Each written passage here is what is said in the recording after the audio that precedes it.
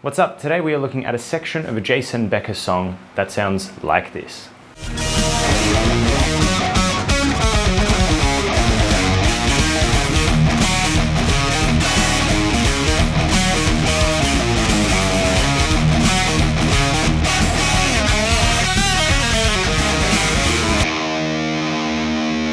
This song is called Becker-Ola.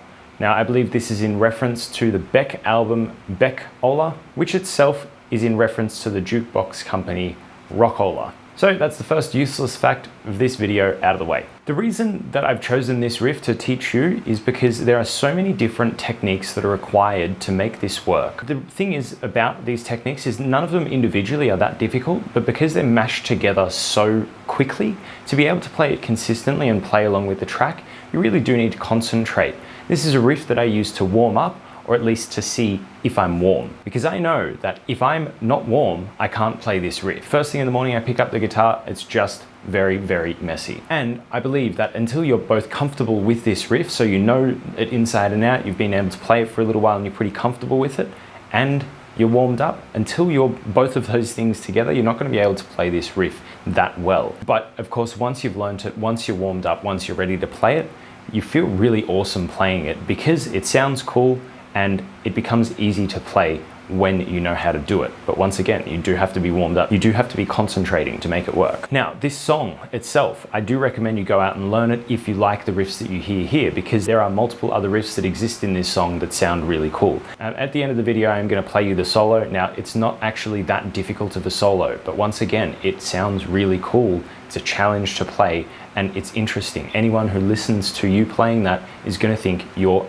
an absolutely awesome player. The main thing to keep in mind about this track is that it has a swung feel. So a da da da da da da da da da da type of feel instead of a da da da da da da, which translates to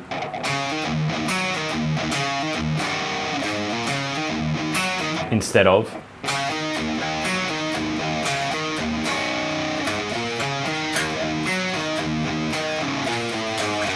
Right? It just gives it a dancey vibe, something to groove to. So keep that in mind as you're playing it. It's not straight, it is swung. And that little 2-bar run at the end, that has hybrid picking in it, it has bends, it has pull-offs, it has all these different things flying by at lightning pace. And the final thing to mention before we get into it is I am in E flat. The song is tuned to E flat. I considered doing this in E standard, but anyone who wants to learn the song and flicks over to that for reference, you're going to be out of tune with the song. So you might as well stick to the song and stay there. Once you know this riff, you can then put it in any tuning, you'll be able to play it very easily. But until you've learnt it, it's better to just play along with the track and keep that in check. So without further ado, the first thing you need is some dirty ass distortion. The second thing you need is single coil pickups, if possible. I've got my push-pull set up, which goes from single coil to humbucker. So make sure that is on the out position. If you don't have it, don't worry. And third thing you need is a really bad 80s haircut, which will not be provided because I shaved all my hair off. So let's get into it. So as I said, this is not actually that complicated when you get it into your head. At first, we're just bouncing on the A string, from hammering from the 5th to the 7th fret. Open, open, E. And then 5th fret on the D, 7th fret on the A. 5 to 7 on the A again. This is the first use of the Hendrix chord on this channel, which is either called the Hendrix chord or the dominant augmented 9. Maybe I'll do a video on that later if you're curious. From the A to the B strings, it's 7, 6, 7, 8. Okay? Once again, A string 7, D 6, G 7, B 8. So, okay. So far we've got, right, and then 5 to 7 hammer on the E string. We repeat from the start again. 5 to 7 on the A, open, open E, 5 to 7 D A,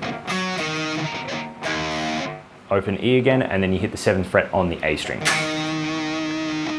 And from that 7th fret, you climb down. You go to the 5 on the A, and then we go 7, 6, 5 on the E string, all pull-offs, and then we slide down to the 3rd fret without picking it.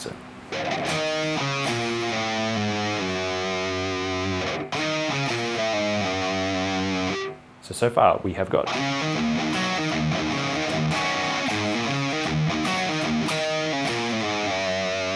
And then guess what? We repeat again. Okay, so the only difference with this is we already know the licks up to the Hendrix chord that we played before. We just play it twice.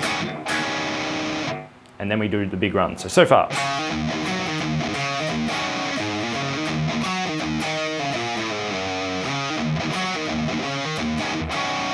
And then the big run. So the first little part is, which is 2nd fret on the G string, bends it up 2 frets, and then open on the B and E, and then we go 3rd fret on the high E string, bend and release, and then pull off to open. So first part. After we pull off to that open E, we go 3rd on the B string, pull off to open. 3rd on the G string, pull off to 2nd, pull off to open. All together. Now we've got some hybrid picking coming in the next part. Right, so we go 2 on the D, hybrid pick 2 on the G, 2 on the D again, hybrid pick the open G, hammer to the 1st. So that little part. Okay. And then 2 on the D string to open, pull off, and then 2 pull off to 1, pull off to open on the A string. So very slowly, that last part. Okay, all up we've got.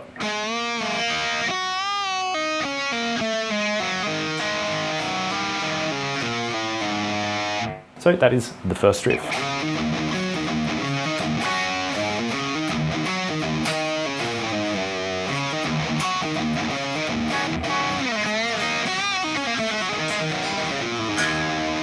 Okay, and then that riff actually is played multiple times in the exact same way as a collective whole. So learn that and then repeat it, and then you can pretty much play along to probably about 50% of this whole song. Let's move on to the next riff.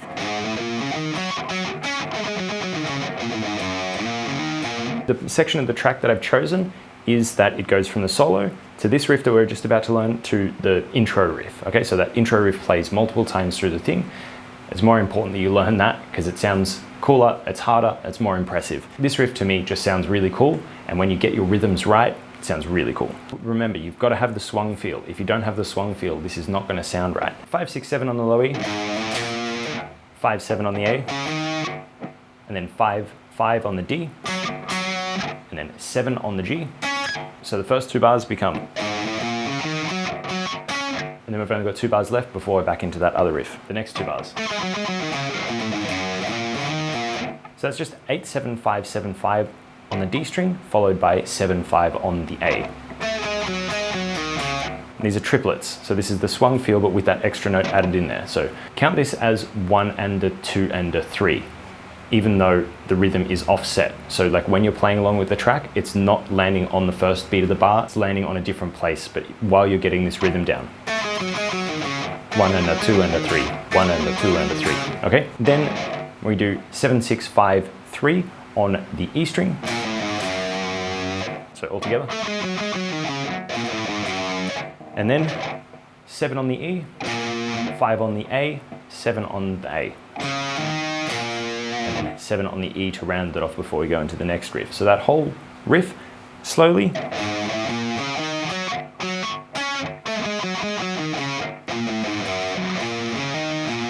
And then everything that we've learnt so far, slowly.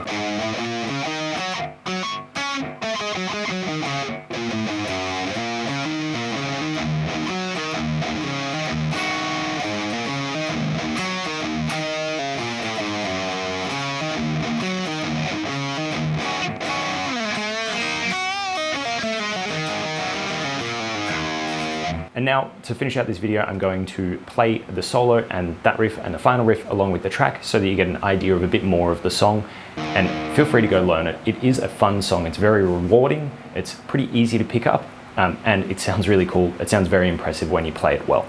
So that's it for me this week. I will catch you guys next week. Please like, comment, subscribe, do the standard thing that I ask every single week. Ask any questions you've got. So if you need lessons, just send me an email in the link below. But if you've got any questions, you're like, I can't figure out this specific thing, what do I do? Let me know. And if I can't answer it in the comments, I'm gonna make a video about it so that you get the answer that you're seeking. Okay, so until next week, have a good one and enjoy Becker-Ola.